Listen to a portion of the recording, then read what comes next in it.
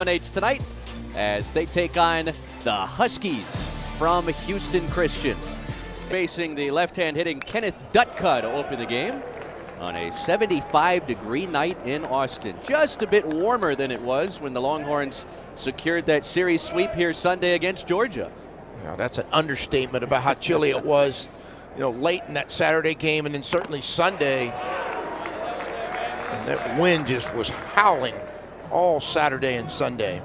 This is the finale of a 5-game homestand for Texas. They will head to Lexington to battle the Kentucky Wildcats on the road this weekend as Dutka fouls back the 0-2 pitch. Cade Bing in his first season at Texas, a transfer from McLennan Community College in Waco. His hometown of West Texas is just north of Waco. 16 appearances, 11 starts in JUCO last year, had a 9-2 record. Half swing, the appeal down to third. No swing, says Thomas Walkowiak down there. Jason Millsap is calling the balls and strikes tonight with Jarrell Proctor at first and Doug Williams at second base. 1 ball, 2 strikes. And that's off the inside. 2-2 on Dutka. Senior batting .307, 7 doubles, couple triples. 11 RBIs for the Richmond, Texas native. And he bounces this one to first. Schuessler has it, and that is the first out of the night. Almost true to form for Cade Bing is he tries to get early count out. When he's effective, it's a lot of ground balls, it's a lot of fly balls. Doesn't necessarily have to stand in there in long counts and try to strike everybody out. He likes to create contact. Season high 6 1/3 innings pitched against Texas State last Tuesday to open this homestand. Logged 81 pitches, no hits allowed. As he starts, Tevis Payne, the catcher, with strike 1 on the outside. Payne, the senior from San Jose, California, transfer from NAIA Vanguard in Orange County in his home state.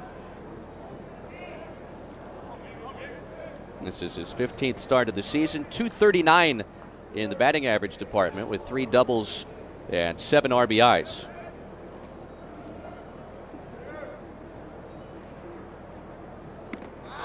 Backdoor breaking pitch catches the outside edge. 1-2. Yeah, that's where they start those away fastballs on that same outside line to the right-handed hitters, and then using that breaker to come back and just clip the outside corner of the plate.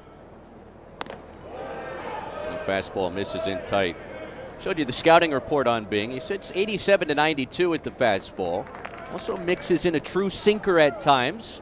Saw him get that ground ball out to open the night as a plus changeup and a big bending breaking ball.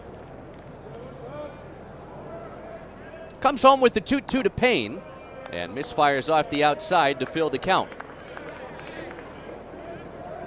Issued 3 walks, struck out 2 batters against Texas State last Tuesday. There's the payoff, and it's low and inside. Payne coaxes a 1-out walk. First base runner of the game here in the top of the first for Houston Christian. Well, there is Clay Vanderleen, and if they were to halt the season today, this guy would probably be the Southland Conference Coach of the Year, an award that you won a couple of times. Yes, indeed, and I appreciate you bringing that up. But, but the part about when you've got a good club is you want to keep rolling. You want to just see how good it can be, and they've certainly had a good year so far. Well, Jack Walker has been on a tear of late. Takes a called strike. His first year with the program, a Delgado Community College transfer. Has his season batting average up at .364. Second on the club with 19 batted in. He's bounced around quite a bit in his young college career. Was a redshirt at Louisiana Tech out of high school before a couple of junior college stops. Hit .313 at Delgado CC last year. Walker fouls it back and quickly falls behind 0-2. And 5 hits over the weekend in his home state at Nichols in Thibodaux, Louisiana. Houston Christian lost the opener of that series, then swept a doubleheader Saturday to continue dominance in the Southland. Yeah, you know, and I was coaching in the Southland. It was a lot of bus rides, long bus rides. But when you got into the league and were around the league, the towns became so much fun. I'm at Thibodaux, and there's so many interesting spots, restaurants, and different things that you got used to. See Walker drills a breaker out into right field. Well, Payne will peel around and head to third base. And Houston Christian has him on the corners with one out in the top of the first. Jack Walker doing a good job. Looked like a breaker that was middle elevated. Get a second look at this. Yeah, a breaker in, middle in. Exactly what you want to try to do when you do get that kind of pitch, and that's a ball you can pull to the right side. It's a good job, puts a good swing on it. Now, Huskies, who have faced Texas 8 previous times before tonight, they have never beaten the Longhorns, but have a chance to strike early with a cleanup hitter, Parker Edwards, at the plate. Edwards, who's the designated hitter tonight, is the anchor of Houston Christian's weekend rotation. 4th year at Houston Christian, was at Division III St. Thomas under Clay Vanderleen as a freshman, previously a catcher, where they have since converted him into a two-way star. 0-2. If you're Kate Being, you'd love to try to come up with a waste pitch somewhere out of the strike zone to get a swing and miss for a possible strikeout. We'll see what weapon he tries to choose. Swing and a miss. He went with that plus changeup. And a big strikeout for Cade Bing for the second here in the top of the first. Well, he gets ahead 0-2 and he goes to change up away. I'd say those hitters, those right-handers see it and they think it's a fastball away that they've got to get to, particularly with 2 strikes. Just ducks away from his barrel. 15th strikeout for Cade Bing in more than 25 innings this year. Now facing the left-hand hitting catcher Halligan, who takes the fastball upstairs. Well, when they name you catcher, it's a pretty good idea to try and follow your baseball dreams. And here he is as a senior at Houston Christian, having a nice year, batting average just shy of 300 as he takes the 1-0 fastball in tight. Second season for Halligan at Houston Christian after 2 years at McLennan Community College. So both Halligan and Cade Bing, the starting pitcher tonight for Texas, products of McLennan in Waco. You see Max Wiener's going to come out. He started out, stopped, and now a trainer's coming with him. So I don't know if there's some type of question about how he feels. You can see Cade Bing saying, "What's up?" I'm kind of like, what's going on? And they were just checking to make sure he was all right. He seems to be okay. Yeah, you brought up MCC and McLennan, my hometown actually, and look, they produced a lot of great players over the years, and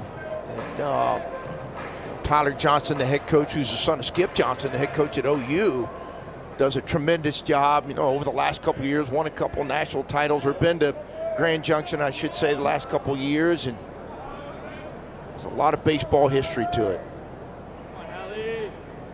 There comes a 2-0 pitch, and it's lifted in the air down the left field side. Winfield chasing, and it drifts back into the seats. Halligan, .250 batting average last year. Not score as Cade Bing leaves a couple on base. Huskies nothing. Number 2 Texas will bat for the first time tonight after this. And over his last 8 games, and his stretch even extends a little bit further than that. Gasparino has hit safely in 13 straight games, and he's raised his season average about 40 points during that stretch. Well, you're getting ahead in every game, you're going to start raising that average, but that's impressive, right? I mean, it truly is. But when you start looking at that, 7 home runs, 18 RBIs in the last 8 games. A beautiful night at the ballpark. UFCU Dish Falk Field in Austin, Texas, where the Longhorns have played some really good baseball to open this season, tied with Arkansas atop the SEC standings. The Razorbacks are the only team ranked ahead of Texas in the most recent Division I baseball top 25 poll. Ethan Mendoza gets things started in the home half of the first. Reached base safely in 9 of his last 10. He's been an excellent catalyst atop the order, .351 batting average. As Ferrazzi pumps in the fastball, 92 miles per hour. It's a transfer from Michigan State. Only spent 1 season in East Lansing. Had an earned run average north of 9 last year in the Big Ten. Before that, spent 4 years at Division III Rhodes College in Memphis. That is on the outside, and it's 1 ball, 2 strikes. Good life on the fastball early from the right-hander. You get to see fastball, curveball change. And when it's right, he's going to attack the zone. Don't want to try to create innings with walks. Mendoza shoots it out towards right center field, but it kings up for Halligan. And he makes the catch. Mendoza doing a pretty good job with 2 strikes. He likes to bring in the right side of the field. When he gets down in the count, starts to shorten up, which makes him a little bit tougher out to strike out. Just brings the whole field into play. Good ovation for Sunday's walk-off hero, Rylan Galvan, the junior from Sinton, Texas. Sliding into the number 2 spot in the batting order tonight, and it's the highest he's ever hit in his college career, and this was the last time he was in the batter's box here at home. Well, the word no doubter comes to mind immediately when it left his barrel, and you keep watching that video, and that ball landed halfway up the scoreboard in right field and right center. He found the jet stream to give Texas its 11th SEC victory in 12 tries. Lone loss here against LSU last month. Other than that, Longhorns have gone unblemished against conference competition. This is popped up into short right field. Another ball for Halligan, and that's out number 2. Yeah, well, Rylan Galvan over the last, I would say, 10 games too, has done a good job of being a patient hitter, not getting himself out early in counts. Obviously just popped up to right field, but leading into that over the last 10 games, he's been hot as well and seen a ton of pitches. And nobody hotter in this Texas batting order than Will Gasparino, who bats with the bases empty and 2 down in the home half of the first. Takes an off-speed pitch for strike 1. Gasparino enjoying a .281 batting average, 9 doubles, 2 triples, 11 homers, and 36 batted in. Has reached base safely in 23 consecutive games and is riding a 13-game hitting streak. It all started at Missouri late last month with an 8 RBI game he had in Columbus. Well, for most people, that's a 3-week month RBI production. I said Columbus. He wasn't at the shoe. Columbia, Missouri. Texas was very dominant that weekend against the Missouri Tigers, just as Arkansas was this past weekend. See, the Hogs put like 50 runs on Mizzou pitching over the weekend. They've had a hard time, Missouri has, on the pitching side of it this year so far.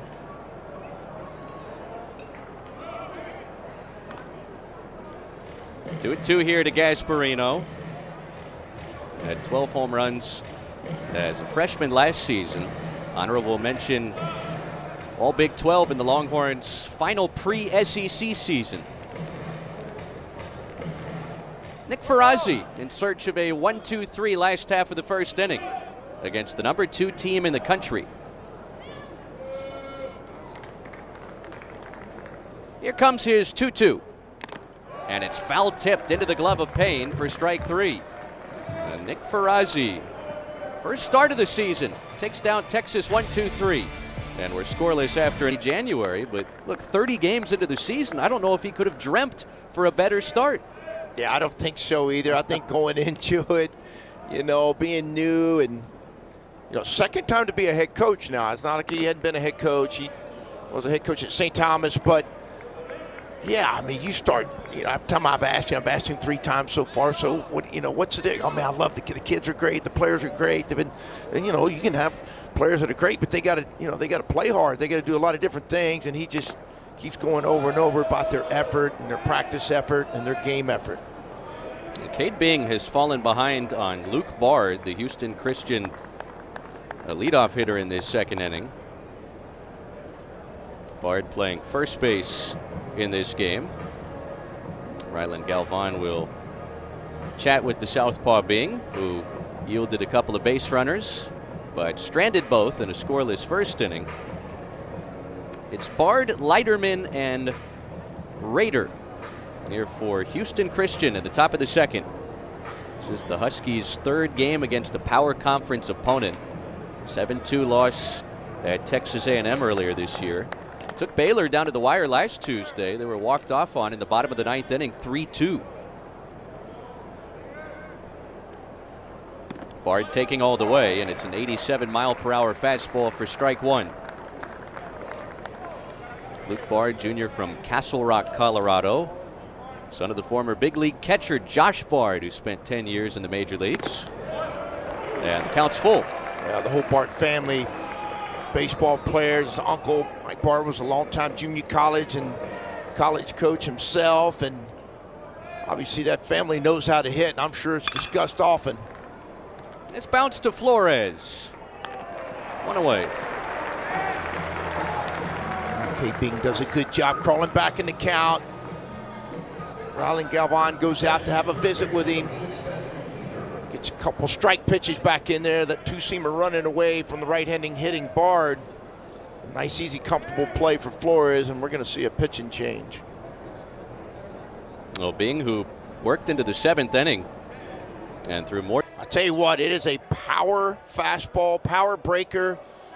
Gets that fastball to go 2 different directions. Got a little cut action to it, then a little sink action to it, but the numbers speak for themselves when you start looking at just shy of a strikeout an inning and only 2 walks, but it is that ERA.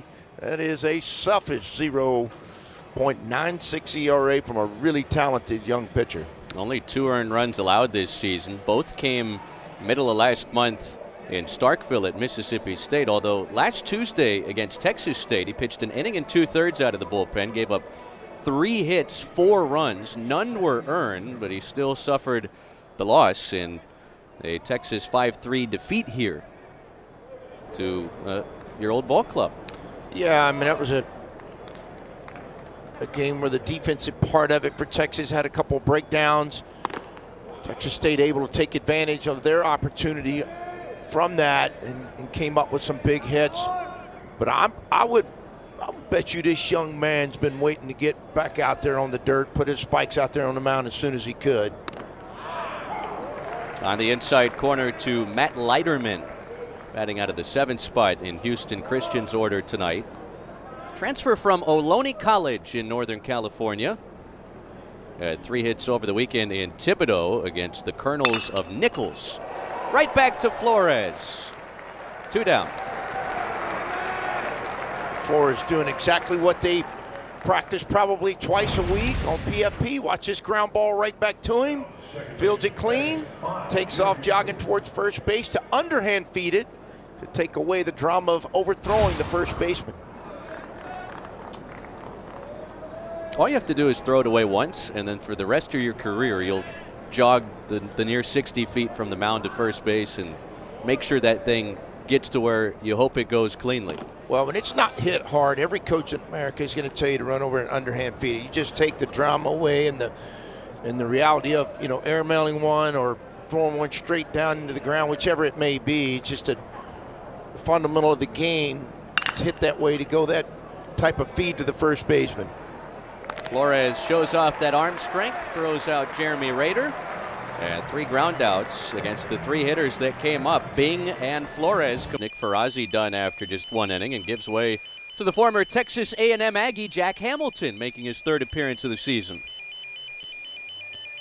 You got to think Schlossnagle will know a handful of thoughts about Jack Hamilton. Now, we knew going into the game that they were going to cut this game up. You know, and a lot of times on Tuesdays, if you don't have a Tuesday starter, you'll go 1 inning or 3 outs, 6 outs, and then alternate out. And then sometimes you line up 9 guys and say, here's your inning, get ready for it.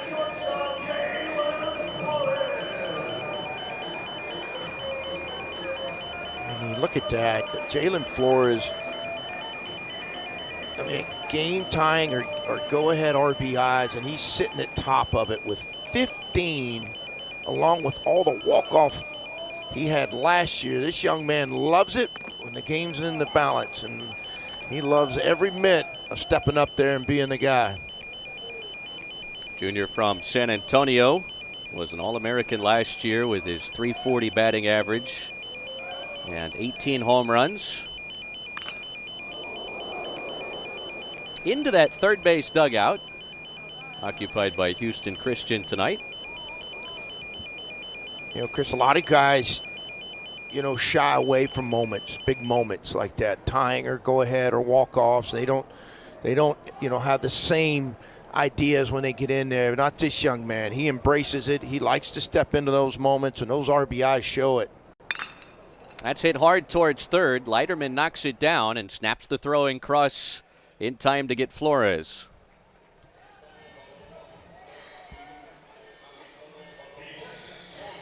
You know, 4 up, 4 down for this HCU pitching staff to start the game. Yeah, and you know what is unique about that sometimes when you run a lot of different guys out there, it can be, I'm not saying it is every time, but it can be hard on the hitters because they're seeing something different. You know, every at-bat, they're seeing a different arm, a different look, a different breaker, different velocity. And it can be a challenge for them.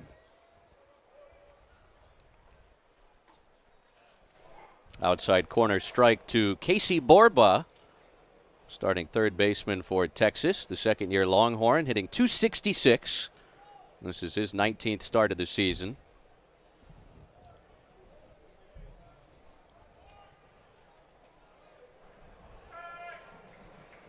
Borba started 20 games as a true freshman last year. Homered in the series opener against Georgia last Friday night. Has drawn 7 walks first 4 games of this homestand. So the sophomore has been very selective up there in the batter's box as he takes strike 2 on the outside edge. He's not afraid to get into a count. He's not afraid to get in there with 2 strikes. You know, the more pitches you see, the more opportunities there is for a mistake that the pitcher can.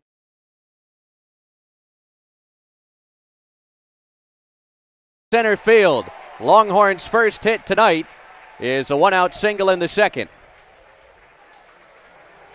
Well, you get a look at it right there, right off the cue of not afraid to go into the count. With 2 strikes, he sees something elevated, does a good job of pulling his hands inside to flush the barrel to the baseball and drive it out to left field.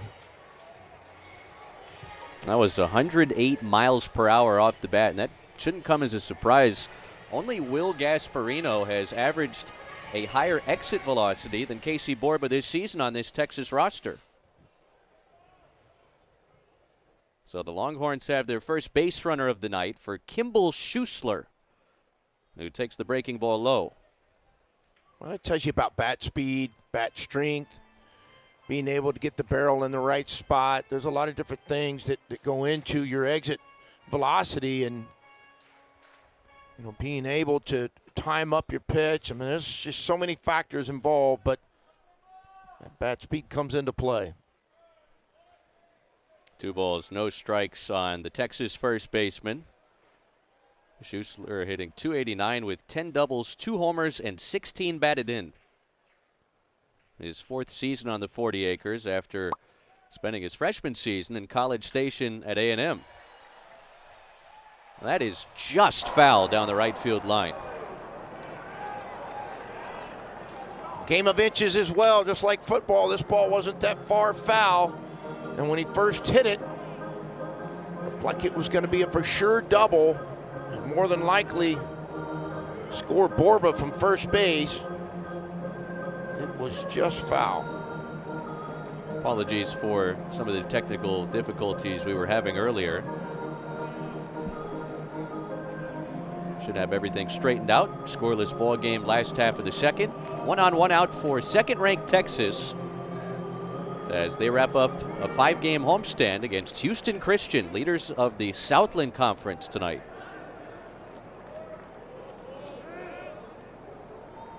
There's the 2-1, and Schussler hits a slow bouncer towards third. Leiterman boots it, and everybody's safe.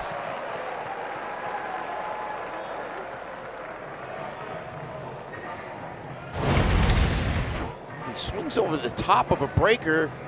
Looks like it's going to be just an okay, not a tough play. Took his eyes off of Chris just ever so slightly. As the ball got to his glove, took his eyes off of it. Missed it. Now, I will say this, Texas this past weekend and this year, they have been incredibly opportunistic. When somebody makes a mistake, they have been there to take advantage of it. And Jaquay Stewart, with a couple Longhorns on the bases here in the home half of the second, takes outside. Stewart earning the start tonight at designated hitter. Yeah, his job last weekend was to take the place of Max Ballou from the left-handed batter's box, and did a tremendous job, ignited himself and his crowd and his teammate with a homer and a couple RBI swings. I mean, swung the bat well. 2 balls, no strikes on Stewart, the junior college transfer from Northwest Florida State in Niceville, who's collected 5 hits over his last 5 games, including his first career Division I homer here over the weekend against Georgia.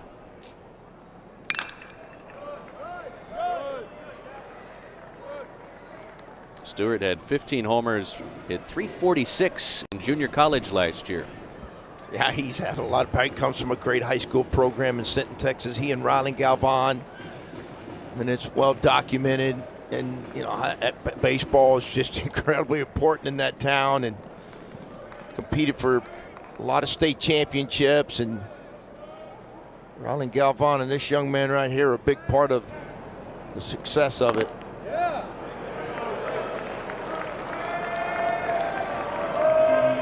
Hamilton a wide one away from loading the bases here in the second. Spent 2 years at Texas A&M out of high school. This is his second season at Houston Christian. A 3-1. And that's lifted in the air foul, twisting out of play, full count. Stewart has reached base safely his last 8 games. And you mentioned the increase of playing time with the injury to Max Ballou. Thumb injury suffered late last month against Missouri. He's on a tear to open this season after that Conference Player of the Year award in the Big 12 last year. But Texas will be without him indefinitely here. And that's where you lean on to your depth. Jaquay Stewart's a big piece of that. Well, injuries can create opportunities. I mean, there's no doubt Max Ballou is going to be missed and has been missed just because you don't. I mean, he's the Player of the Year in the Big 12 a year ago and was off to a great start again. And Stewart fouls that pitch off. I mean, it's hard to replace that, but Stewart did a really, I thought, a fabulous job, you know, from the left side, came up with some big hits. You know, they were chasing 4 on Saturday, and, you know, good luck at Max Ballou. And I'm sure right now a lot of different things going through that young man's mind about how he'd love to be back out there with his teammates. You're talking about a guy who plays with a lot of pride and effort and want to. But Stewart did a good job Saturday. Hit the 2-run homer that got him kind of spirited and got him going in that game. Runners go, full count pitch just off the outside. It's ball 4. And Texas, with the benefit of just 1 hit so far in this inning, they've loaded the bases against Jack Hamilton with 1 out. See a visit to the mound. and we don't know how this inning's going to end. I'm just going to say, I mean, look, Texas this past weekend, particularly, and throughout a good portion of this season, if you make a mistake, they have had that tendency to take advantage of it. And opportunities are only what they are. And if people can give you an opportunity, a lot of different things. And this game can give you opportunities, and you can create opportunities, but you still have to take advantage of it. And it's something that Texas has been able to do this year. John Cannon, in his first season as the pitching coach, out to have a word with the battery of Hamilton and Payne. Jalen Flores hit a sharp ground ball to third that was handled by Leiterman to open the inning, but since then, a single, an error, and a base on balls. Now they're loaded for Tommy Farmer. That's a called strike as it pops out of Payne's mitt. Think about Tommy Farmer too. I mean, he gets down that line pretty good. He can be tough to double up. Now something hit hard, obviously, and they make a good turn. He can, but he's a good runner. Breaking ball ripped fair inside the bag at third and into the left field corner. 2-run score on a Tommy Farmer 2-run double. And Texas strikes in the second. You do such a good job of they create opportunities, they take advantage of opportunities, which they just did again. With an error and a walk, he gets a hanging breaker. Tommy Farmer pulls it down the third baseline for a double, 2-run RBI double. And I tell you, they sense when somebody makes a mistake and they pounce on it. The Longhorns do. Tommy Farmer's 7th double, RBI 17 and 18 on the season. First extra base hit for Texas tonight brings home the first runs of the game. And now a chance to add on more with Easton Winfield batting out of the 9th spot. His 16th start of the season, 7 hits and 38 at-bats, 4 RBIs. As Winfield chops it foul to level the count 1-1. Winfield transferred in from Louisiana Monroe, where he was a freshman All-American last year at .322 with 21 extra base hits and 10 of those homers. This is only his second plate appearance of this homestand.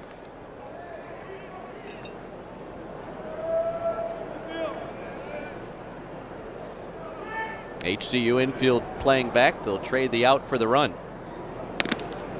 That is just off the outside. A fastball misses. 2 balls, 1 strike on Winfield.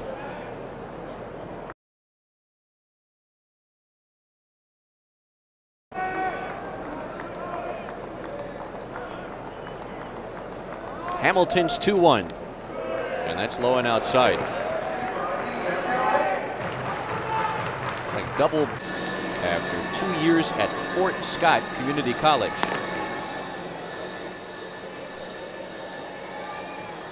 We were talking about that SEC football show, spring football show coming up. Football in the SEC is a year-round sport. Sure it is. Yeah, it is. It surely is. Kind of feel like basketball's a year-round sport with how crazy the portal's been jumping. That's college athletics maybe, right?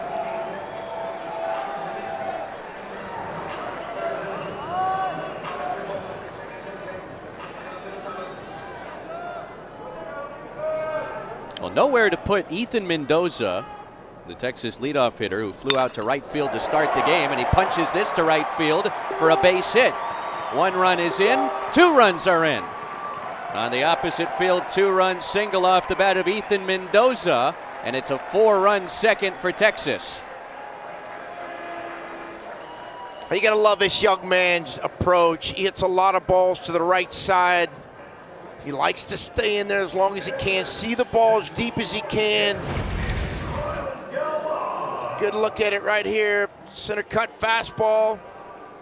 To what he loves hitting it over there and driving it over there. It comes up with a 2 RBI single to right field. So Mendoza back on track, had been 2 of 18 on the homestand before that 2-run base hit. And now Galvan going after the first pitch, and that is a foul ball. Fielded right behind the bag by Leiterman at third. Thomas Walkowiak down there signaling that it was just foul. By the way, those 2 runs charged to Hamilton. 4 runs have come across in the inning, 3 earned.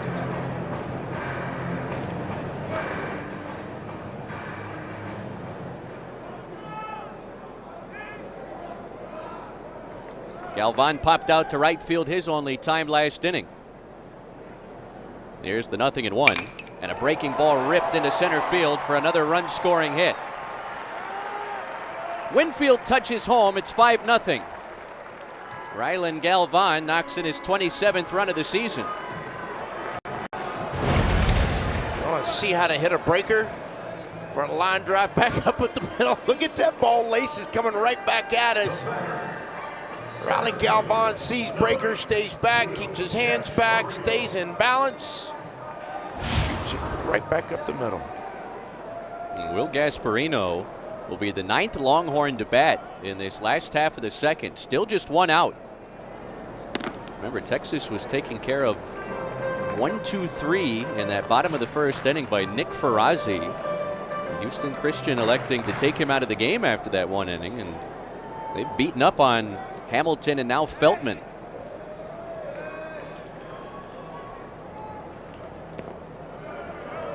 Two 2-0 on Gasparino, who struck out swinging his only time in the first.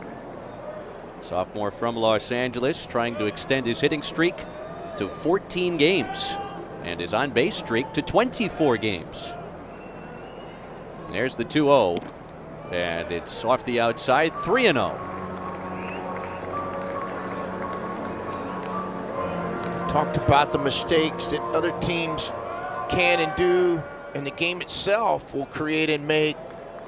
You've got to be able to take advantage of it. And Texas has done that for the majority of this season, and certainly in this half inning as well. Third walk of the inning issued by Houston Christian pitching. And it's the third separate time the bases have been loaded in this bottom of the second for Texas. 8th time this year they've batted around, and here comes Jalen Flores, the only hitter that's recorded an out in this inning. Grounded out to third base to open the frame. Since then, the next 8 have reached base safely. Flores takes strike 1.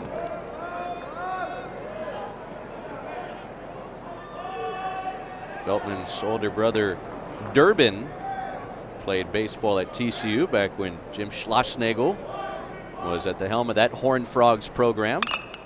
That's lifted in the air to left field. The ballpark will hold it.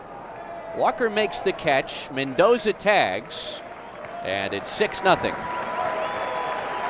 A Jalen Flores sac fly, his 31st RBI of the year.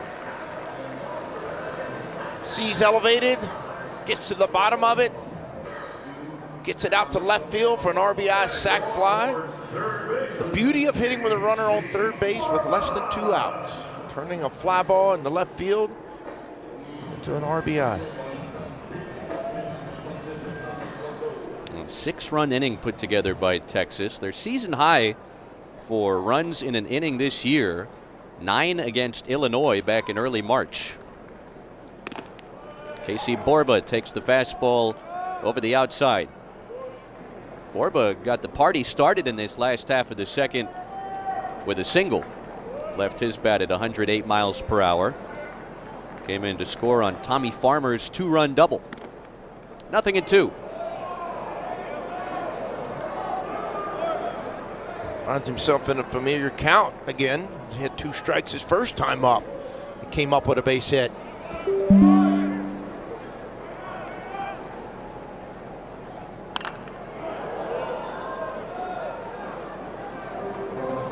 Probably some Texas fans interested, not concerned, interested. How would they come out after such an emotional weekend? I'm sure a lot of people, curious what's it going to look like with that, that so much riding on. There was so much energy in here starting on Friday night with that Georgia series, and I mean, everybody was amped up.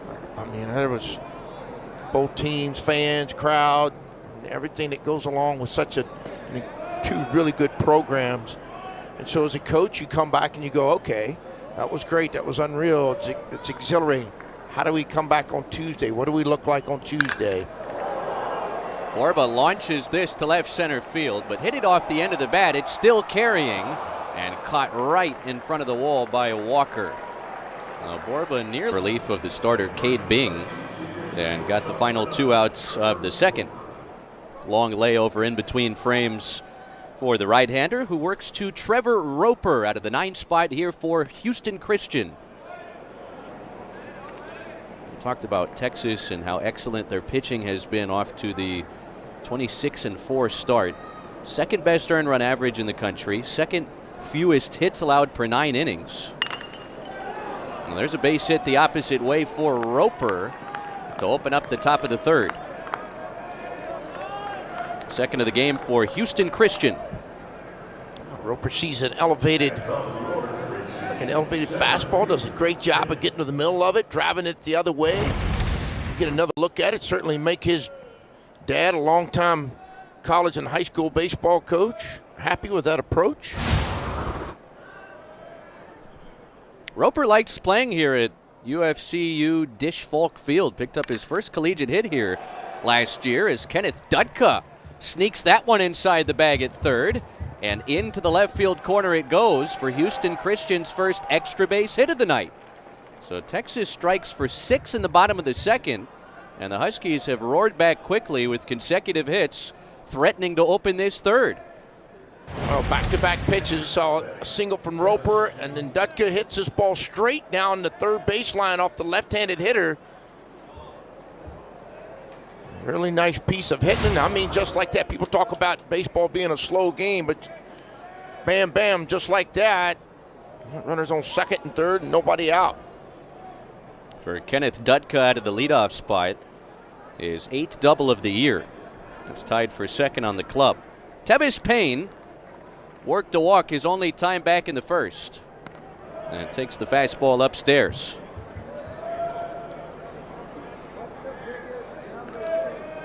Houston Christian is Tevis Payne's 3rd college stop, was at Mission College for 2 years out of high school. NAIA Vanguard in Southern California last year, was an NAIA Gold Glove Award winner at catcher last season.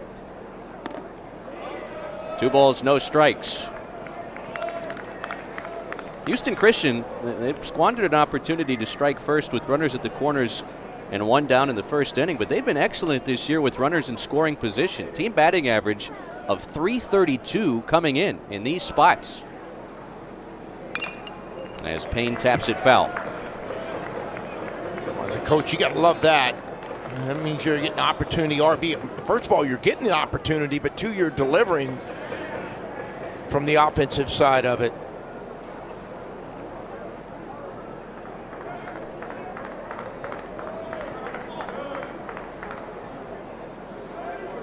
Flores delivers a 2-1, and it's tapped foul again. Payne trying to time up the right-hander. Count level here after the consecutive hits to open the frame for Houston Christian. Sole possession of first place in the Southland. Still a long way to go, but a game up on McNeese and Southeastern. Also have UTRGV Northwestern State looming in that conference. There's the 2-2. And the fastball rides outside to fill the count. Jack Walker, who's been the team's most consistent hitter, waits on deck. And he would love an opportunity with the bases full of Huskies.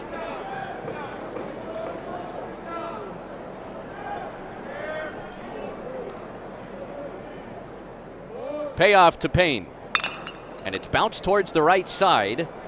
Well, Schussler initially broke to try to field it and wisely lets Mendoza handle it. It's an RBI ground out, and it's 6-1.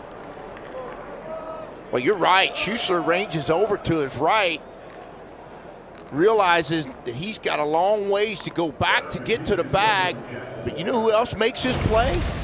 Watch this. This ball's hit back up the middle. Look how far he's got to go back. But watch the feed and throw by Mendoza. Leads him right to the bag with a nice soft touch to it. Tevis Payne's 8th RBI of the season. Now Jack Walker down the left field side, out of play. Walker singled his only time.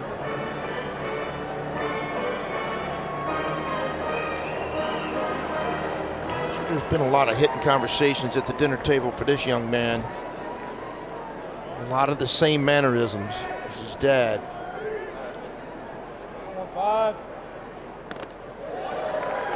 Falls behind 0-2. His father, Todd, played at LSU as the College World Series most outstanding player back in 1993 for the national champion Tigers, and went on to have a nice decade-long career in the big leagues. Now he's in our line of work. He is, and he is really good at it, obviously. But I was a young coach, assistant coach at Arkansas State. We went in and played him at LSU, and God, it just seemed like his barrel just covered up so much, like it covered the whole dirt area at home plate, and then you get 2 strikes on him, and then that's when he really got lethal. There's the 2-strike pitch to Walker, and he rips it on a bounce, knocked down by Mendoza. Another run comes in to score, and there are 2 outs in the 3rd. Jack Walker brings in his 20th run of the season. It was a nice response from Houston Christian's bats after falling behind by 6 runs early.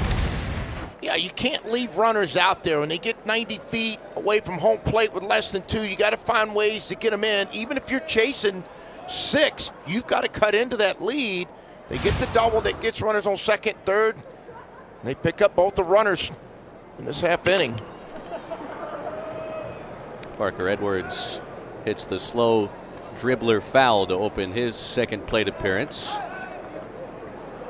Houston Christian had a golden opportunity to score the first run of the night when Edwards batted with runners at the corners, 1 down in the first. But Cade Bing came on back to strike him out.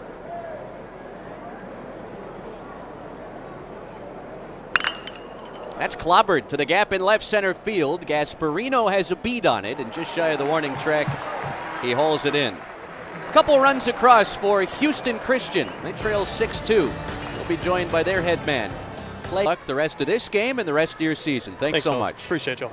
All right, Clay Vanderlaan.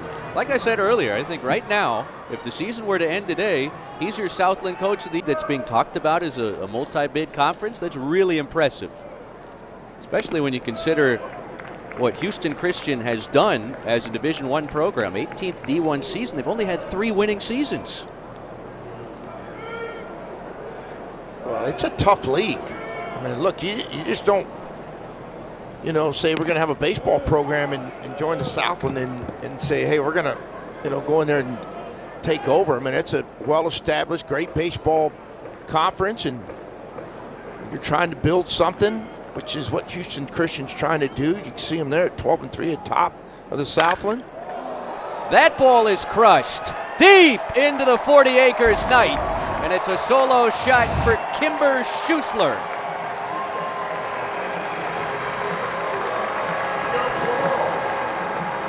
For the Longhorns, and they get one of those runs back, 7-2. Tell you what, this guy, just an older, mature hitter, hits a lot of balls back up the middle, stays on a lot of velocity balls, fastballs, some sliders, catches something that he can pull to left field at 104 off the bat at 431 feet for a solo homer. His 14th home run with Texas, had 10 last year, and for Kimber Schuessler, his 3rd of his final college campaign. Tape measure blast, 431 feet off the bat. You mentioned the exit velocity north of the century mark, and that cleared every wall that they have beyond the left field fence out there. I never experienced it, but these guys that are really good hitters, guys that have been in the college ranks for a while, and particularly pro, but when they really land on one, get complete extension and barrel leverage through it, they know it when they hit it. And what that really must feel like, those first couple steps, knowing that that ball's going to get out of the park. Come on, I'm sure you experienced it playing a game of wiffle ball once. Well, maybe in wiffle ball or Little League. 2-2 here on Jaquay Stewart, who worked to walk in that 6-run second for Texas. Jacob Sear, by the way, the southpaw pitching for Houston Christian, already the 4th arm that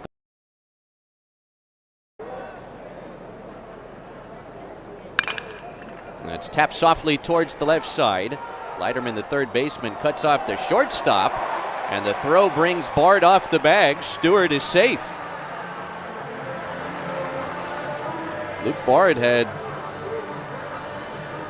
a tough assignment there to try and make sure that ball didn't get by him, and he had to pull that back leg off the base, allowing Stewart to reach. Leiterman calls off Roper coming from the shortstop position. Momentum going towards right field as he fields it. Has to turn and throw, gets a little sink action on his throw. As you mentioned it, Bard's got to try to knock it down. He does. He comes off the bag. So the Schussler home run followed by Stewart reaching base. And the second Leiterman error tonight. Now Tommy Farmer, who opened the scoring with a 2-run double last inning.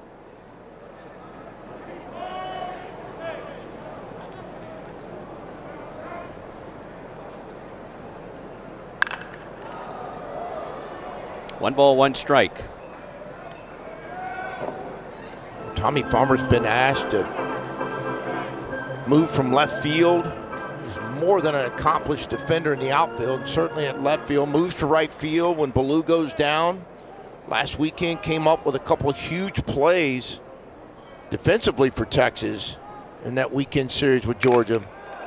That ball's cranked towards the alley in left center field, sending Walker back. And on the warning track, he makes the catch. Second time through the order, the Longhorns are putting together some really impressive swings. Walker doing a good job breaking on the ball and going to the fence, reading the depth of how far the ball is hit. Last 2 catches for him, having to break towards the fence, comfortably underneath each of them. Making the catch.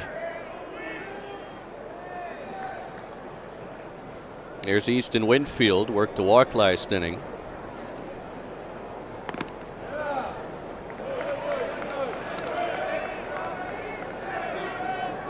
It's an interesting part of playing Tuesday games or once in a while. You've got a guy, Texas does, like Easton Winfield, trying to get him at bats, trying to get some consecutive at bats for him. And you got to play a team tonight. They're going to change several pitchers by design and/or out of need, whichever one. Which means you're going to see a lot of right and/or left-handed guys. So if it's later, or later in the game, sometimes matchup with a left-left matchup, you'll go to your right-handed pinch hitters. But then you got to, the guys got to get in there and get at bats, which is what they're going to allow him to do tonight.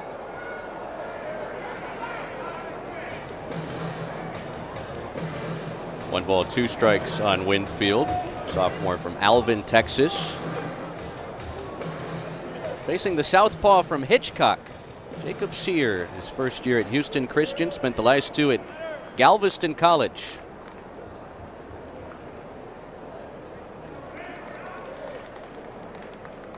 One, 2. Lifted out towards left center field. Dutka on the move, and it's up against the base of the fence. Stewart rounds third. There will be a throw, but it's way late. Easton Winfield taking advantage of the start tonight. He's walked, and now he's doubled in a run. And it's the second consecutive multiple run inning for the Texas Longhorns. Tell you what, this is a really good swing. He does a really good job of getting inside this ball, driving it the other way. This ball wasn't far from getting out of the ballpark, showing off his power. Watch this thing. I think it hits about halfway up the fence, opposite field. Swing for Winfield. Between all the balls we saw hit to right center field on Sunday and what we've seen so far to left center field tonight, you want to try to hit one towards the power alleys here. And some great carries on balls out those directions. Ethan Mendoza batting for a third time in 3 innings here. Had a 2-run single in that 6-run second.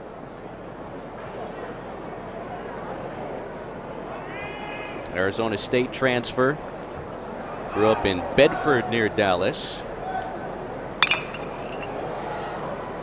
315 hitter under Willie Bloomquist with the Sun Devils last year.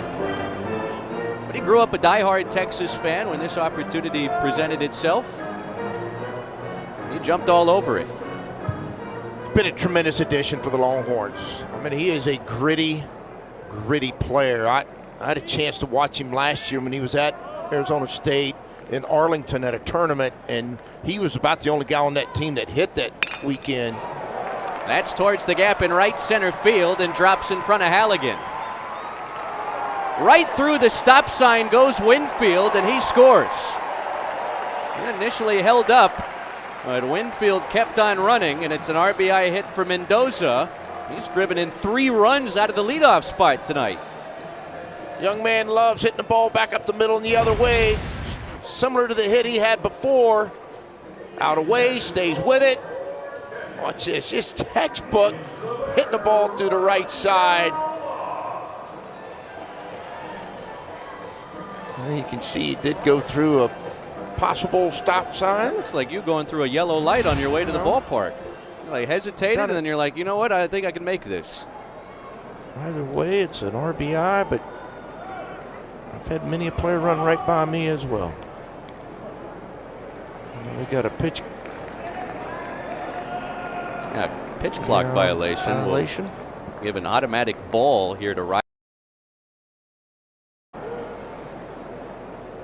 3 more runs across in this inning for Texas.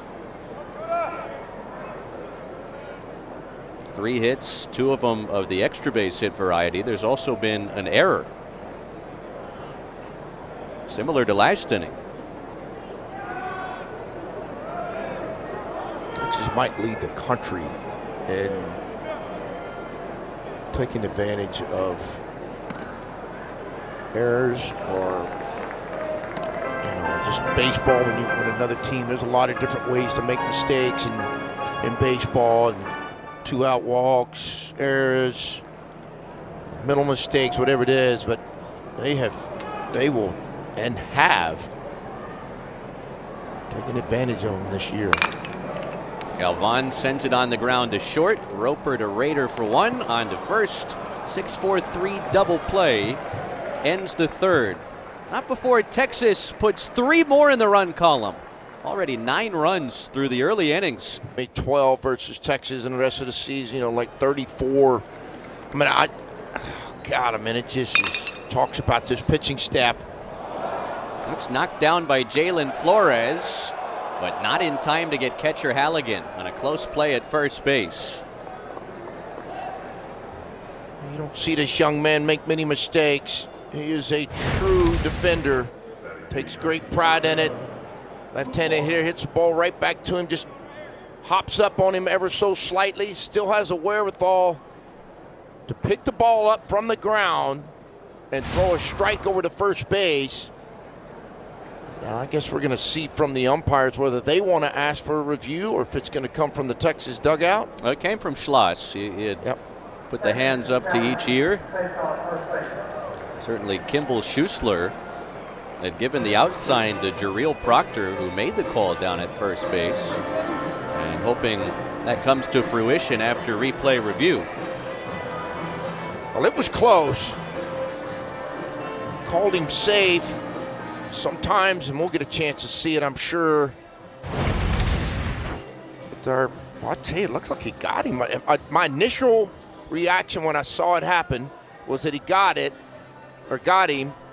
Now we're going to get a better look at it. That is it enough? I just don't know how you overturn that. Well, we'll get another look here. I think he got him. The ball just has to be in the webbing of the glove before the foot comes down on the bag. Here is the... Yeah, we'll get one more look on Hawkeye.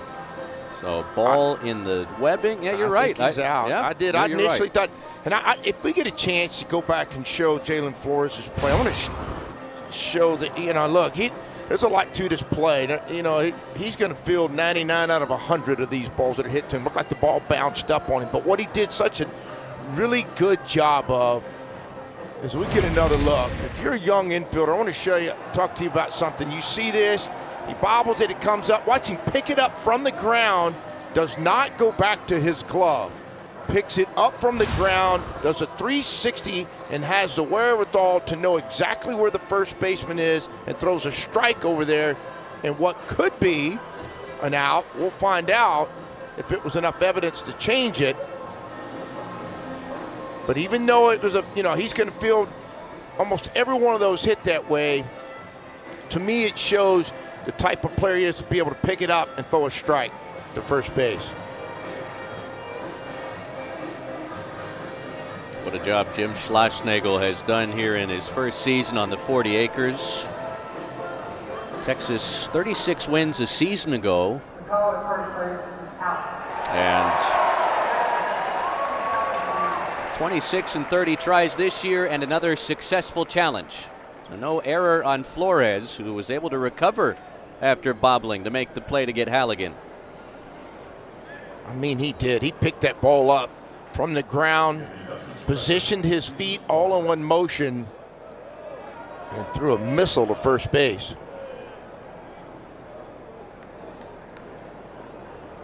So 6-3 on the ground out. And here's Luke Bard, who also hit one to Jalen Flores at shortstop, his only time. Facing Jason Flores, no relation between the two. Jason has gotten 5 outs in relief of the starter Cade Bing, who only lasted an inning and a third after pitching into the 7th last Tuesday against Texas State.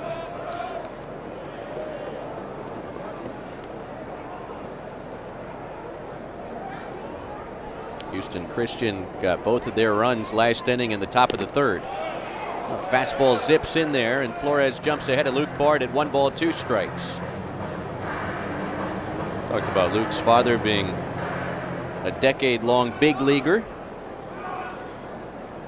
Now bullpen coach with the LA Dodgers. That's up the middle. Flores will watch it sneak through into center field for a 1-out base hit. I'm sure that his dad probably peeking in every once in a while throughout the night to check on his son and see how the ball back up the middle for a base hit. Dodgers in D.C. tonight.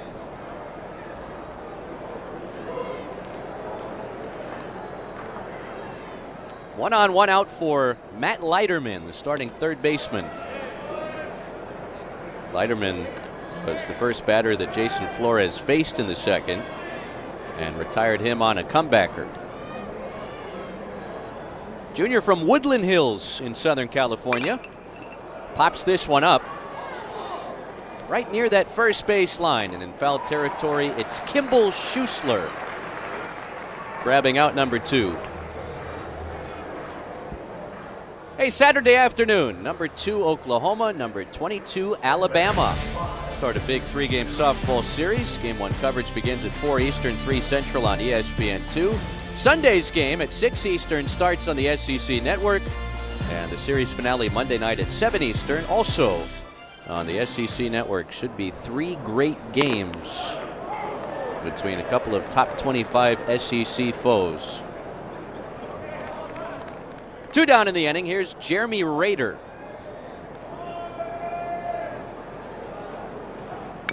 Senior from Springfield, Missouri. Transferred within the conference, was previously at Southeastern in Hammond, Louisiana. Have been there many times. J.R. Ortiz, the former head coach there, now the athletic director at Southeast. It's a neat little town, it really is. Great baseball facility. They like their baseball in Hammond, Louisiana.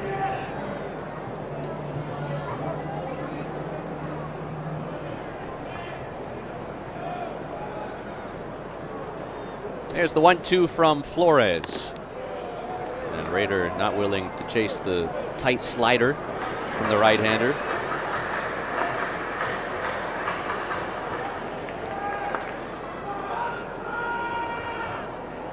More of a cut fastball. Kind of has some slide piece action to it. Count's full, and with 2 outs in the inning, Bard will be off with the next pitch. Trevor Roper, batting 9th for Houston Christian tonight, would be next.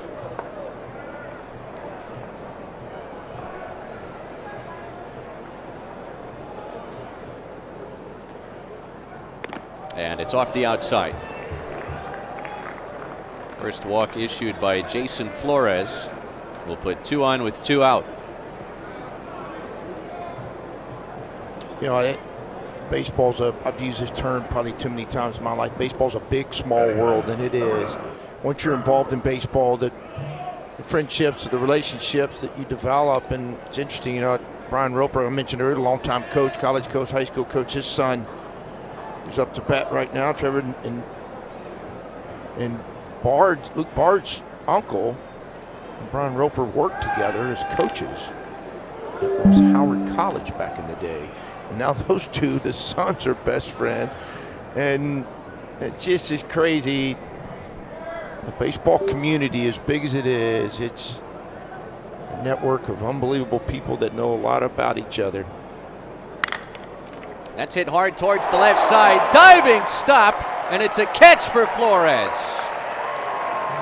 He kept it off the turn. Horns. Gasparino extending his on-base streak to 24 games with a walk his last time up in the second. It has officially gotten hot here into the month of April as Marquez comes straight over the top with that delivery, and it's a called strike on the inside. Well, there's a lot to his success. A year ago, he would swing at a lot of pitches out of the strike zone. His plate awareness and discipline not as good as what it is today. That's got a lot to do with it. Physically, he's got stronger. He's put on 15 pounds. He's able to move that bat, meaning the barrel, with a lot more authority, a lot shorter stroke than even what it was a year ago as well. And look, when you're coming out of a 6'6" frame, you've got a long ways to move that bat. And he's been able to sync it up in time, and now his power shows.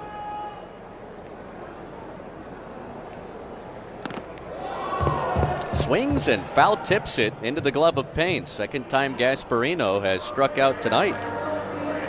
Just the second strikeout for Houston Christian pitching too. Got Will a couple of times.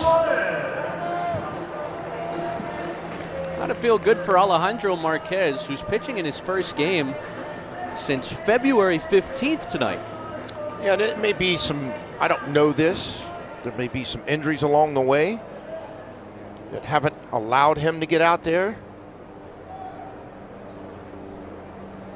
There's 2 different things.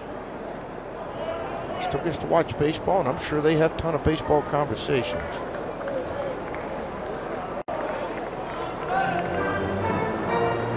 Kimball Schuessler would be next.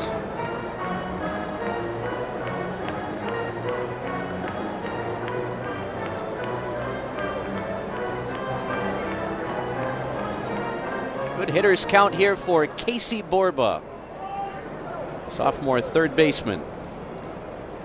Overshift on, 3 infielders to the left of second.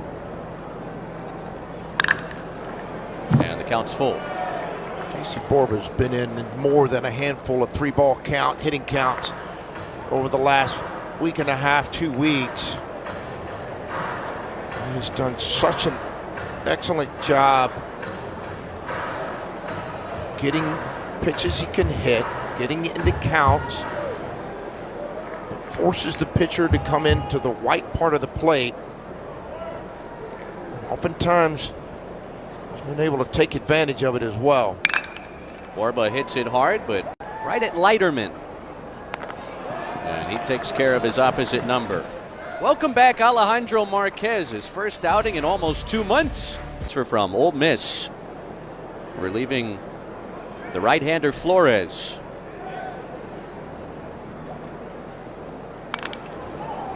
Top third of the batting order is scheduled here for Houston Christian, trailing 9-2 in the top of the 5th.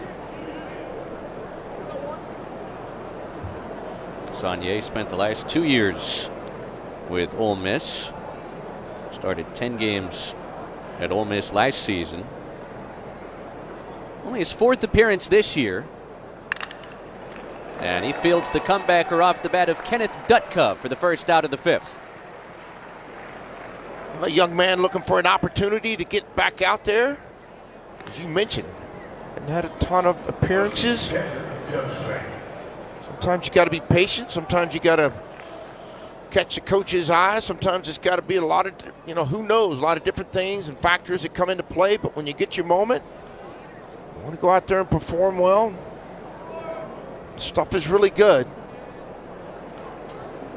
His first appearance since March 4th, when he logged 2/3 of an inning against Texas A&M Corpus Christi. Did walk 3 batters in that outing.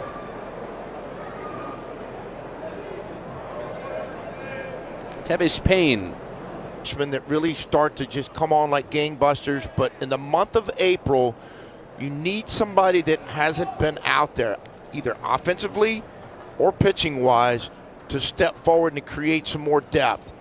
Maybe the moment for Saunier right now to show what he's capable of and to gain some confidence, probably more important than anything else. Strike one into Jack Walker. We've already seen Texas depth showcased with their offense, losing Max Ballou for the foreseeable future. Also been without Rodriguez since that Missouri series in late March. Other guys have stepped up on offense, and to your point, now it's time to try to see how much depth this Texas pitching staff has beyond some of the usual figures. Well, if you can come up with another arm as you're going along that's fresh, doesn't have a ton of innings piled up behind him. They seem to have a little more on their fastball, a little more energy. That's looped into short left center field. Flores is going out and makes the running catch. A 1-2-3 inning for Grayson Saunier. His first appearance in over a month. Hoping those bats stay hot as Texas hits the road and faces the Kentucky Wildcats in Lexington for 3 this weekend. And back home to open a 4-game homestand next Tuesday against UTRGV. Derek Matlock and the UTRGV Vaqueros will be coming to town next Tuesday. Another new arm for Houston Christian. It's the junior Ben Norton from Marietta, Georgia, just outside of Atlanta. Was at Cleveland State Community College the last 2 years. He's been one of their better arms this season. His first appearance since last Wednesday's midweek at Prairie View A&M.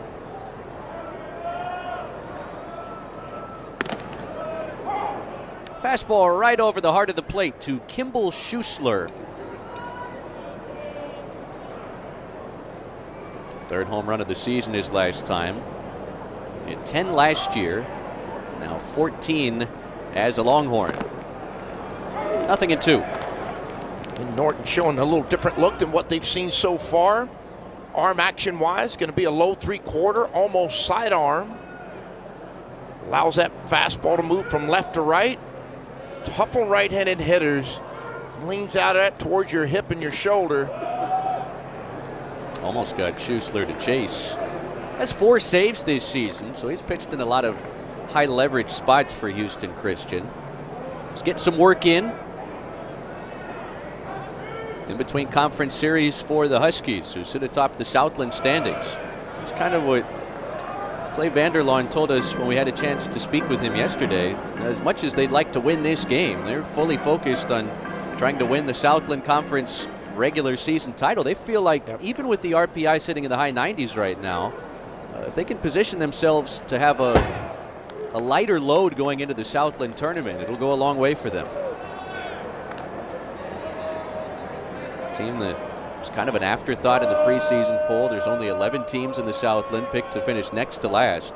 You talk about UTRGV, you talk about McNeese. a couple of top 30 RPI teams. Houston Christian has series wins against both of them, as Norton strikes out Schussler to open the home half of the 5th. Well, you're right about that. I mean, it's a big wins for Houston Christian, and the depth of the RPI is always important this time of year and as the season goes on. There's also a really good 3-2 fastball that ran in on Schussler. You could see the action, the late action on it. Schussler unable to foul it off.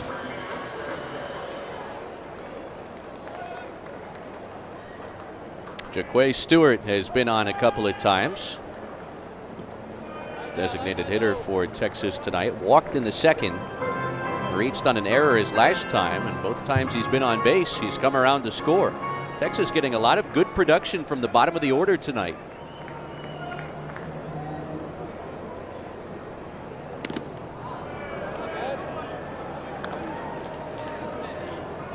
Prior to Ballou getting hurt, and Rodriguez, their lineup was so balanced. It was so hard to get through Texas's lineup at 3rd and 4th time. And then all of a sudden you get into this past weekend in Georgia. Now, let me tell you what, Georgia's guys, they were running out there with anywhere from 94 to 98, 99 all weekend long, velocity-wise, power breakers. And this young man right here, he kept the balance to it. I mean, he came up, we talked earlier in the game about big hits he came up with, big moments. And, you know, Tommy Farmer had bottom of the lineup this past weekend, came up with some big hits. Another wide one to Stewart as he coaxes his 2nd walk of the night.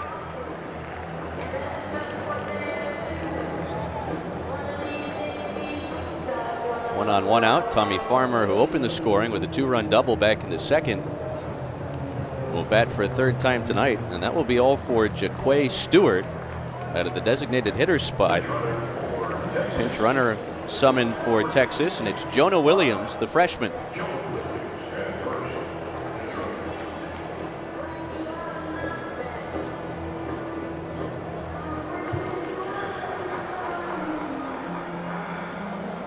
So Stewart extending his reached base safely streak to 9 games before exiting.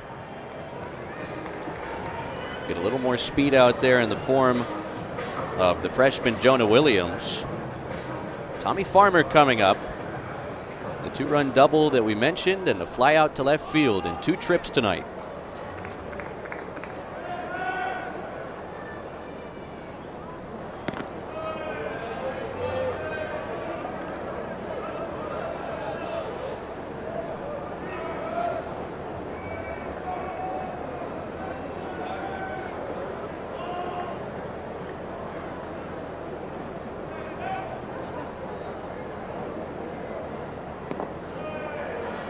Came up with a big hit in the 9th in that Sunday game with a leadoff double.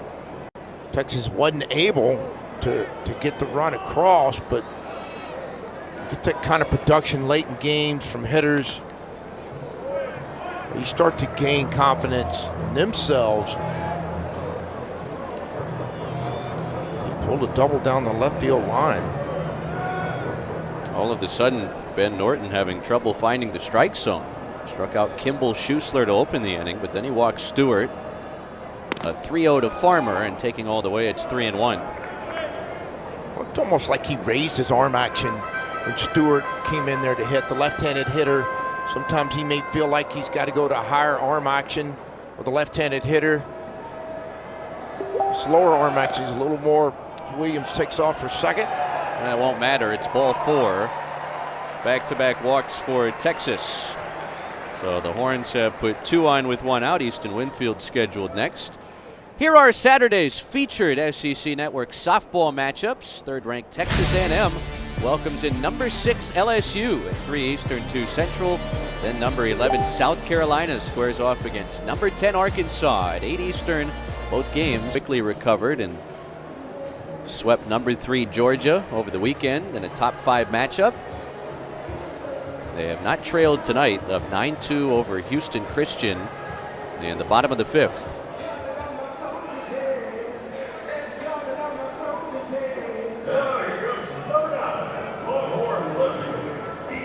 A strikeout opened the frame, followed by back-to-back base on balls.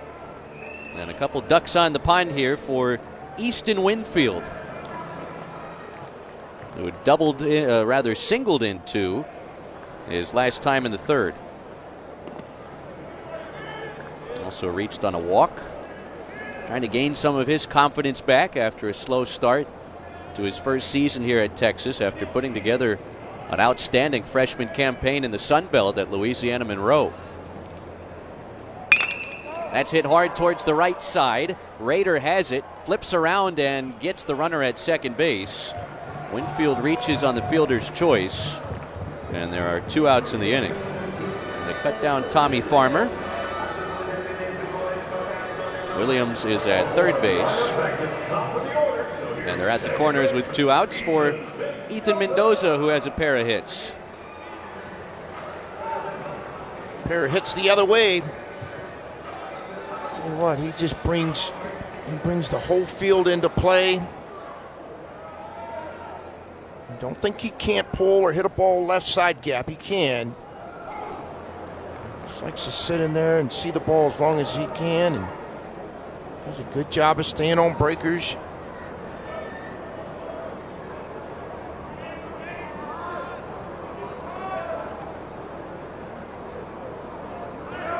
Winfield takes off. They will throw down to second base. It's cut off shy of the bag by Rader. Wanted to make sure that Williams didn't break towards the plate. Williams does a good job of reading this. Sees the second baseman, Rader, break in to cut it in front of the bag. He stays at third base, faked like he was going.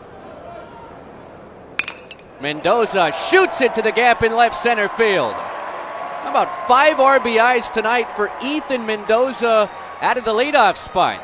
It's a 2-run double in the 5th, and it's 11-2 Texas. To the national champion Cal State Fullerton Titans.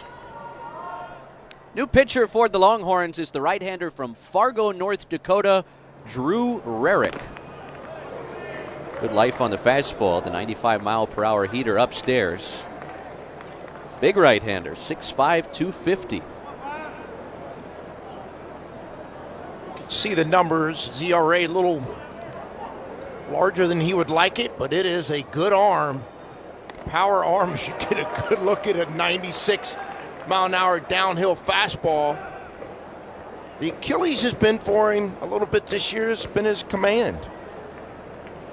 It is not about the stuff, as you just got a first glimpse of how electric that fastball can be. Facing the middle of Houston Christian's batting order here in the 6th inning, Edwards, Halligan, and Bard. Edwards, the designated hitter, also the anchor of the weekend staff for Houston Christian. He was their opening day starter. He's their Friday night guy. Team leader in strikeouts as a pitcher, team leader in RBIs as a hitter. Had a very impressive season. Some are calling him the Shohei Ohtani of the Southland. Get a good glimpse of ERA, batting average, RBIs. Swing and a miss. Rarick rearing back and firing 96 by Edwards for the first out. Talk about a loud fastball. You can hear that thing all the way up here. You can see the explosion. Just takes off, 4-seam elevated fastball, hard to lay off, and it is explosive. One gone for catcher Halligan, the starting right fielder.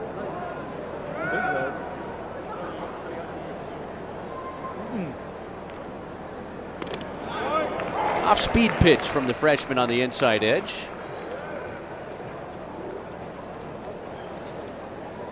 It was 75 degrees when we got started back at 6:32 local time here in Austin. Temperatures have dipped into the 60s. And what's always a good indicator is when you put on your jacket? I don't know how good an indicator that is for the people that know me and know that I wear a jacket more times than not. I don't like being cold, and as you can see, a couple blankets and some sweatshirts out tonight. It was San Diego weather today is what it felt like outside.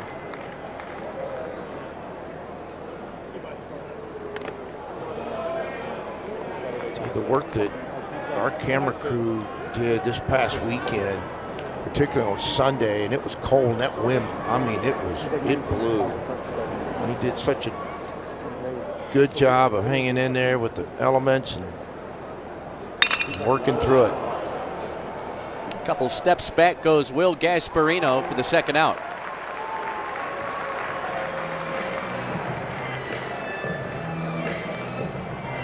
I don't think Drew Rarick has any complaints about the weather here in Austin, even over the weekend. I mean, he's from Fargo, North Dakota. He spends a good chunk of each winter in negative temperatures. He probably walked out, and he probably walked to the ballpark from his car into the ballpark in shorts and flip-flops and a T-shirt. 2 gone for Luke Bard, who's 1 for 2 tonight.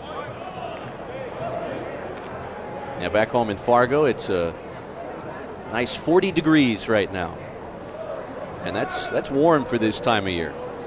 Not for me.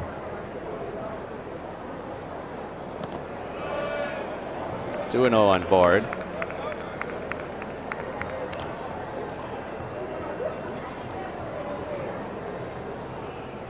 Gets out, gets 2 quick outs. Finds him chasing a little bit of a count here in a 2-0.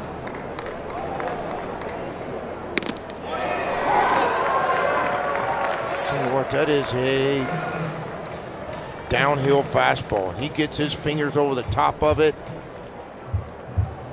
Drives it downhill out of that big frame.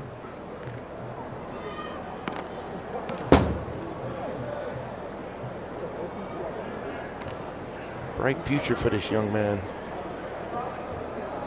Oliver Service, first half inning behind the dish. Pinch ran for Rylan Galvan in the last half of the 5th. Here's a 3-1 to Bard. And it's right over the heart of the plate to fill the count. Let's see what the young man goes with in a 3-2 count.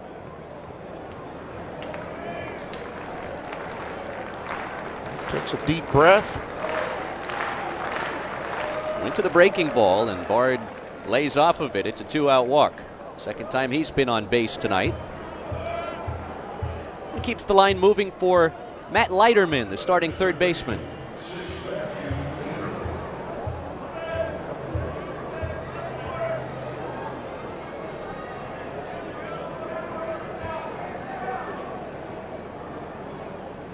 Leiterman had 3 hits over the weekend at Nichols. Nichols had actually won the last 2 Southland tournament titles and represented the conference in the postseason, but had a head coaching change in the offseason. That previous staff leaving for Arkansas State. Mike Silva is a really good baseball coach, one of my former assistants. Way upstairs, and to the backstop it goes, allowing Bard to advance to second.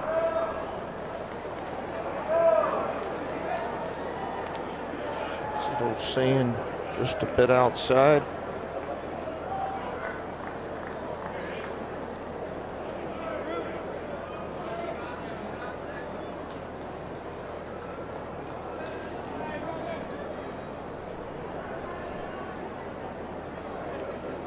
Try and find that strike zone again.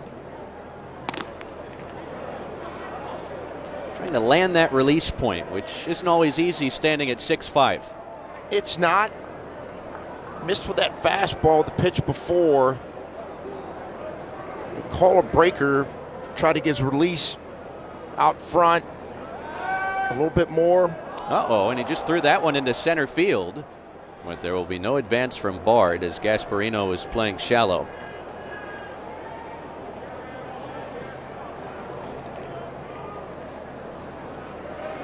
Gasparino closed down on it, but the ball was thrown pretty hard too.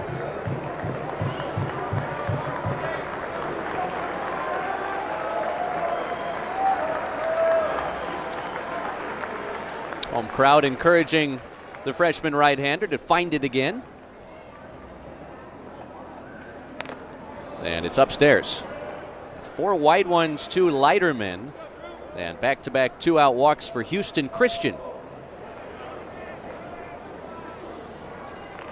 One of those moments you got to start reminding yourself you're 1 pitch away from getting out of it. Slow your heart rate down a little bit. Next one, you're going to take a stroll out to go talk to this young pitcher, try to calm him down. A conversation with him. You can see a little bit of a smile on his face. Sometimes that's all it takes. I mean, just a little bit of conversation, a little bit of change the mood, per se. Relax yourselves, relax your mind a little bit. Oftentimes you can catch your breath because you can relax your body and allow your arm to work more freely, a little more confidently. You can see him taking a deep breath. You know, Texas does a really good job. They have a mental coach, Ryan Kane, that comes in and spends a lot of time with their players. And each of them have an opportunity to go through it and utilize it. Schlossnagle has been a part of his, his belief about baseball and sports is to have a mental coach available. Ryan Kane's one of the best that there is. And you could see an example of it, of them taking a breath out there, the players standing them around, doing the same thing, trying to help remind him different mental cues, try to get you to settle down. The batter is Jeremy Rader with 2 on, 2 out. And first ball swinging. Casey Borba taps the bag. And the wise words from Max Wiener, helping Drew Rarick wiggle out of 2-out trouble. All Texas. I mean, when's the last time there probably was, a top 10 matchup? I mean, think about, well, for sure a top 20 matchup every weekend, or at least it seems like it. Remy Marsh is on in relief for Houston Christian, junior from Mandeville, Louisiana. 10th appearance on the year.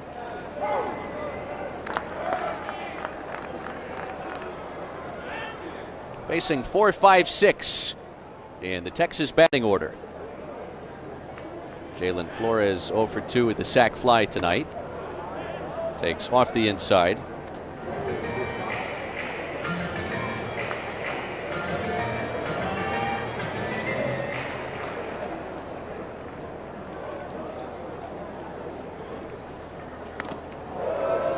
Two and 2. Flores drove in 4 runs over the weekend, including a 2-run home run in the series finale Sunday against Georgia.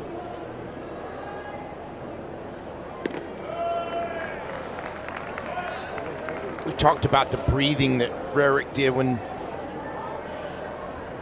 Coach Wiener went out to the mound to talk to him. If you watch the Texas hitters, they each have a routine that they'll go through when they get ready for the next pitch. It's a refocus. They look at their bats, they find something on the fit. There's a lot of different routines to it. Take a deep breath, loosen up, loosen the mind up, focus in on the bat, hit it, and it's his routine, Jalen Flores, to get ready to hit. Flores saws it off and dumps it down the right field line. Well, he punched it the opposite way, and it's a leadoff double to start the home half of the 6th. It takes a lot of muscle to inside out a pitch like that and get it into the outfield. It does, because a lot of people that aren't strong enough can't hit it that far. He does a pretty good job. It got in on him for sure, but pretty good job of squeezing his hands in between the baseball, getting enough of the barrel to it, and as you mentioned, strong enough to get it out to right field for a double. Team leading 14th two-bagger for the junior from San Antonio. He's at second to start this last half of the 6th. Should the Longhorns scratch one across here, they could end this game early in run rule fashion.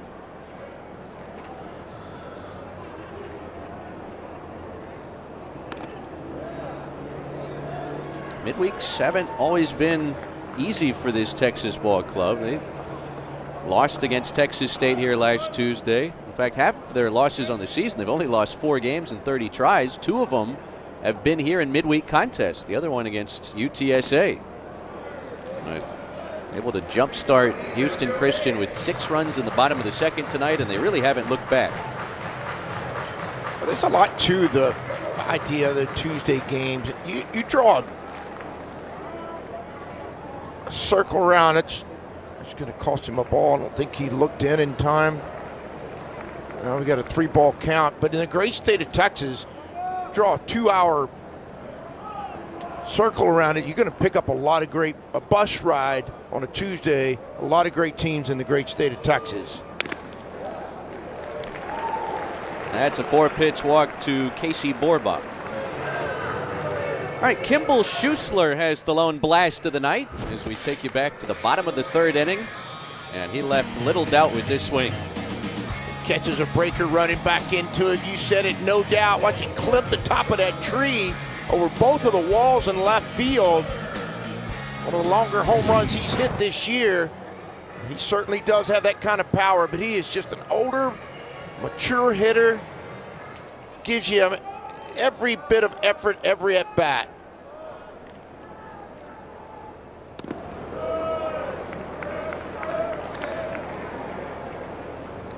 Schusler's also reached on an error tonight.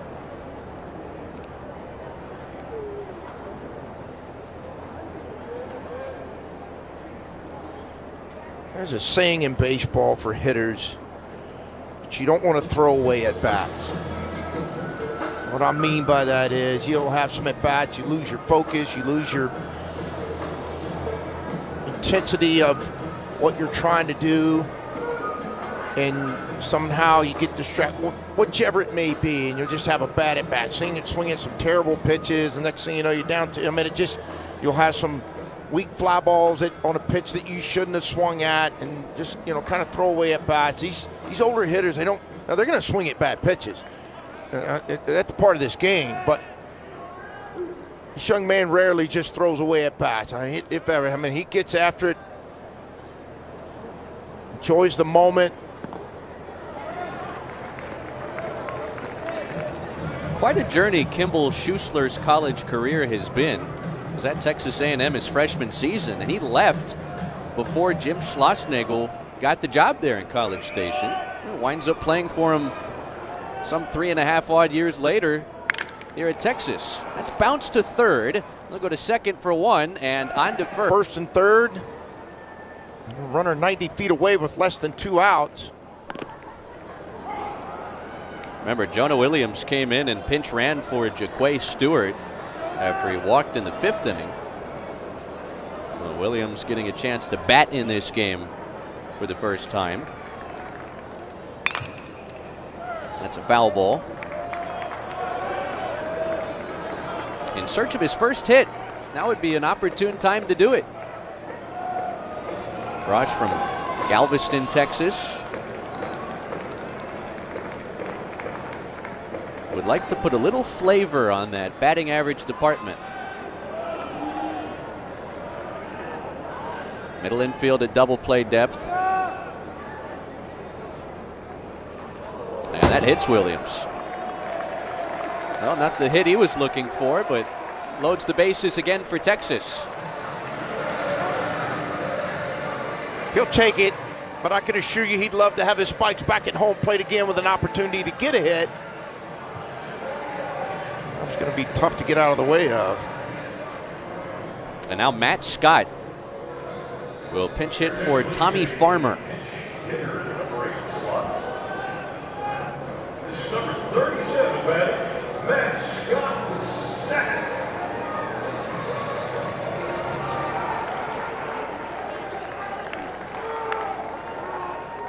Bases full of Longhorns as Scott takes the breaking ball on the outside edge for a called strike. Frosch from Spring, Texas, out of Klein Oak High School. Only one official at bat this year, and it came late last month in a midweek against Sam Houston. Sam Houston, longtime Southland Conference member, now in Conference USA. Last time the Southland put multiple teams in an NCAA regional was 2017 when they sent Southeastern and Sam Houston, a Bearcat squad that went on to a super that year. It was a really talented team. Mike Daggs was the head coach then at Sam Houston, now the head coach at Louisiana Lafayette.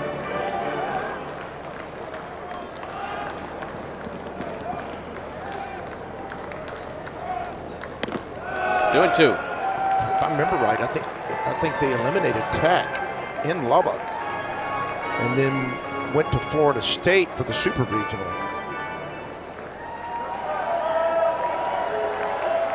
There's the 2-2. Fastball on the inside corner. It's strike three called.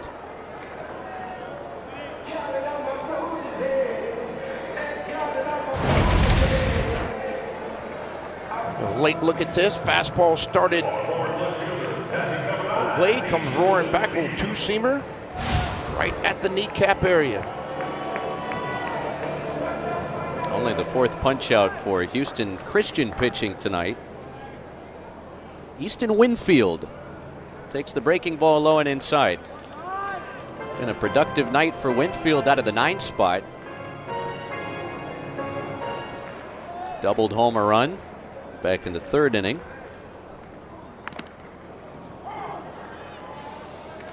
Hit a good swing. Left-left matchup. He stayed in there with his front side. Looked like he was even trying to hit it the other way with his approach. Drove that ball halfway up the fence in left center.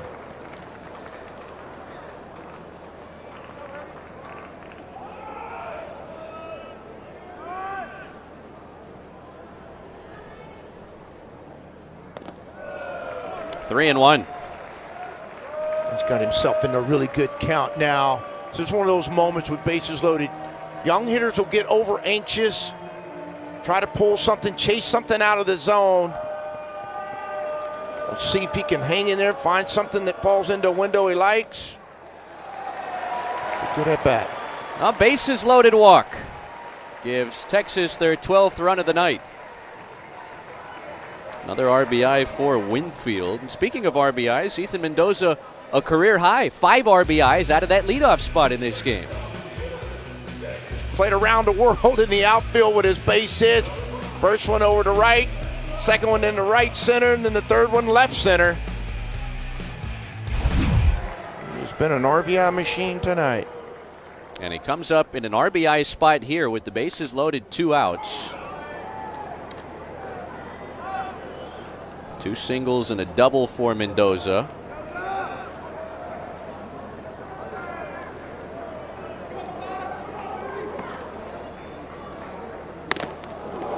He was swinging for San Antonio. Well, that'd be the wrong direction, but yeah. It was a big swing.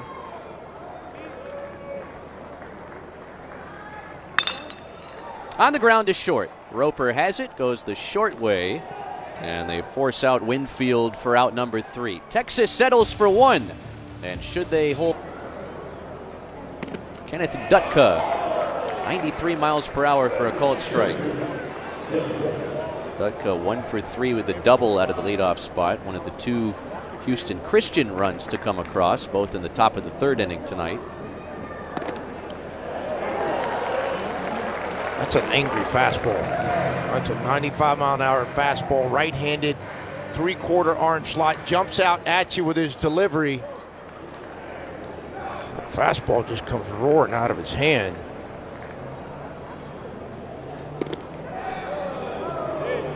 Close miss on 0-2. Moffitt in 16 appearances at LSU last year, 0-1 with a 5.60 earned run average. Did strike out 21 batters in 17 2/3 innings.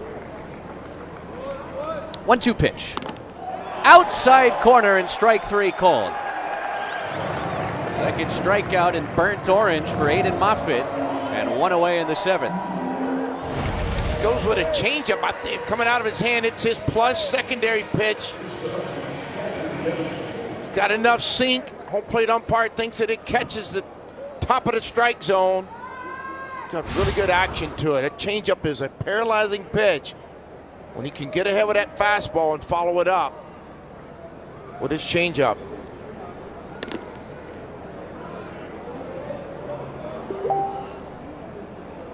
Tevis Payne batting for a 4th time tonight.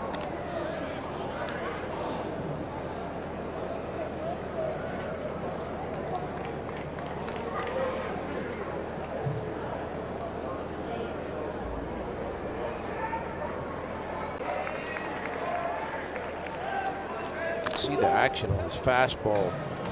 Chris, he hit that 2-seam action. Out of that arm slot, that ball's going to run from left to right with some sink at the end of it. Hard on right-handed hitters, it just comes bearing down and in on you. Nice firm fastball, 94 miles per hour again to jump ahead of Payne. Houston Christian from here will return home and welcome in Northwestern State for a 3-game Southland Series this weekend. Texas is heading to Lexington. Breaking ball, strike 3 called. And back-to-back punch-outs for Moffitt after the hits batsman to open the inning. Get another look. This time he goes to his slider. Late action to it.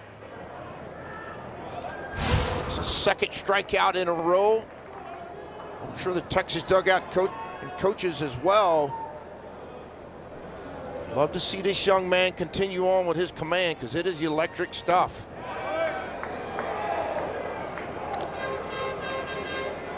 You can see against the left-handed hitters, Moffitt likes to go to that changeup. Jack Walker has a hit and an RBI tonight.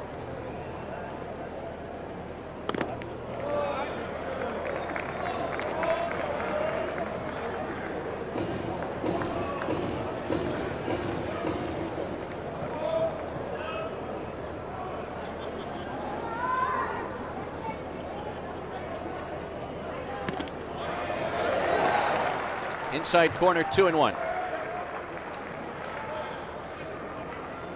Schuessler's going to play behind the runner at first base. Down 10. Gives him a chance to cover more ground. Particularly with the left-handed hitter, Walker up.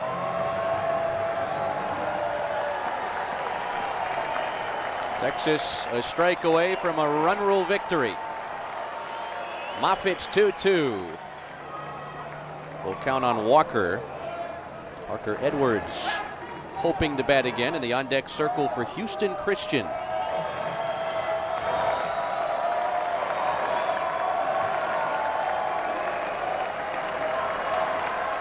Payoff pitch. Just off the inside. Service tried to frame it. And Walker works the walk on base for a 2nd time tonight. Tough pitch to take. Yeah, tough pitch to take. Walker does a good job. Ball was in on him, extending the inning.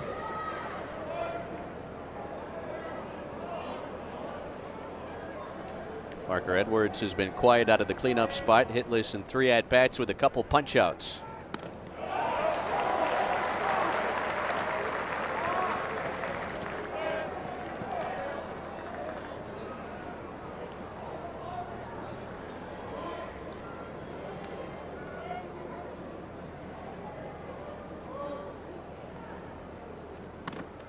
Nothing in 2. We'll get the crowd back up on their feet. If there's one pitch away possibly from ending this game. Trying to encourage Aiden Moffitt.